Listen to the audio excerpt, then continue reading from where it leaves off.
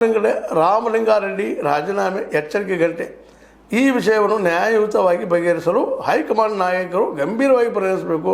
ರೆಡ್ಡಿ ಅವರು ರಾಜೀನಾಮೆ ನಿರ್ಧಾರವನ್ನು ಪುನರ್ ಪರಿಶೀಲಿಸಬೇಕು. ಎರಡು ಮಾತನ್ನು ಇಟ್ಟಿದ್ದಾರೆ. ಇತ್ತ ಏಕಾಲಕ್ಕೆ ಹೈಕಮಾಂಡ್ಗೂ ಸಜೆಷನ್ ಕೊಡ್ತಾ ಇದ್ದಾರೆ. ಎರಡನೇದಾಗೆ ರಾಮಲಿಂಗಾರೆಡ್ಡಿ ಅವ್ರಿಗೂ ಸಹಿತ ಇಲ್ಲಪ್ಪ ನೀವು ಹಠ ಹಿಡಿದು ಕುಡಿದ್ರಾಗ ಏನು ಅರ್ಥಿಲ್ಲ ಅನ್ನೋ ಮಾತು ಕೊಡ್ತಾ ಇದ್ದಾರೆ.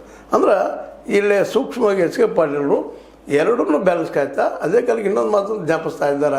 ಏನಪ್ಪ ಅಂದ್ರೆ ನಾವು ಇನ್ನೂ ಸೀನಿಯರ್ಸ್ ಇದ್ದೇವಪ್ಪ, ನಾವು ವರ್ಕ್ ಮಾಡುವಂಥ ಒಂದು ಶಕ್ತಿ ನಮಗದ ಅನ್ನುವಂಥ ಮಾತನ್ನು ರಿಮೈಂಡ್ ಮಾಡ್ತಾ ಇದ್ದಾರೆ.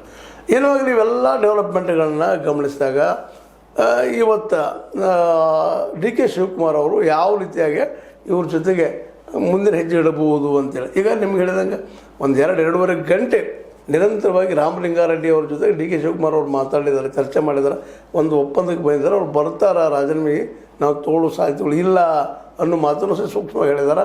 ಇದರರ್ಥ ಇಷ್ಟ ರಾಮಲಿಂಗಾರೆಡ್ಡಿ ಅವ್ರದ್ದು ರಾಜೀನಾಮೆ ತಗೊಳ್ಳುವಂಥದ್ದು ತುರ್ತು ನಿಂತದ್ದು. ಆದರೆ ಏನು ಅವ್ರ ನಡಕ್ಕಾಗಿದೆ ಅಗ್ರಿಮೆಂಟ್ ಎಷ್ಟರೊಳಗೆ ಹೊರಗೆ ಬರ್ಬೋದು, ಅದು ಬಂತದ್ದು, ಅದನ್ನ ಜೊತೆ ಮಾತಾಡೋಣ. ಆದ್ರೆ ಇವೆಲ್ಲ ಡೆವಲಪ್ಮೆಂಟ್ಗಳು ಕಾಂಗ್ರೆಸ್ಸಿನ ಮುಂದಿನ ಚುನಾವಣೆ ದೃಷ್ಟಿಗಳು ನೋಡಿದಾಗ ಇದು ಸರಿಯಾದ ಡೆವಲಪ್ಮೆಂಟ್ ಅಲ್ಲ. ಆದರೆ ಆರಂಭ ಪೈಲ ದಿವಸ ಮಾಡಿದಂಥ ಒಂದು ಡಿಸಿಷನ್ ತೆಗೆದುಕೊಂಡಂಥ ಡಿ ಕೆ ಶಿವಕುಮಾರ್ ಅವರು ಒಳ್ಳೆ ಹೆಜ್ಜೆಯನ್ನು ಇಟ್ಟಿದ್ರು.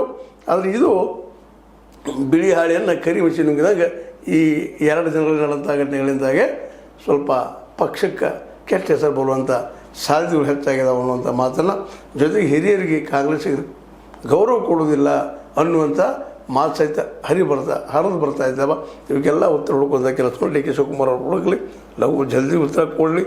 ಅದೇ ಕಾಲಕ್ಕೆ ಮುನಿಯಪ್ಪನವರು ಸಹಿತ ಅವ್ರ ಮನಸ್ಸು ಒಲಿಸಿ ತಮ್ಮೊಳಗೆ ತೊಗೊಳ್ಳಿ, ಇಬ್ಬರು ಕೊಡ್ಕೊಂಡು. ಯಾಕಂದರೆ ಹಿರಿಯರು ಬಂದ್ರಪ್ಪ ಅಂದ್ರೆ ಅದ್ರ ಮೆರಗು ಬೇರೆ ಇರ್ತದೆ, ಪಕ್ಷಕ್ಕೂ ಮೆರಗು ಇರ್ತದೆ. ಅದೇ ಕಾಲಕ್ಕೆ ಮುಂದಿನ ಹೆಜ್ಜೆ ನೀಡೋದು ಇನ್ನಷ್ಟು ಸರಳ ಆಗ್ತದೆ ಅಂತ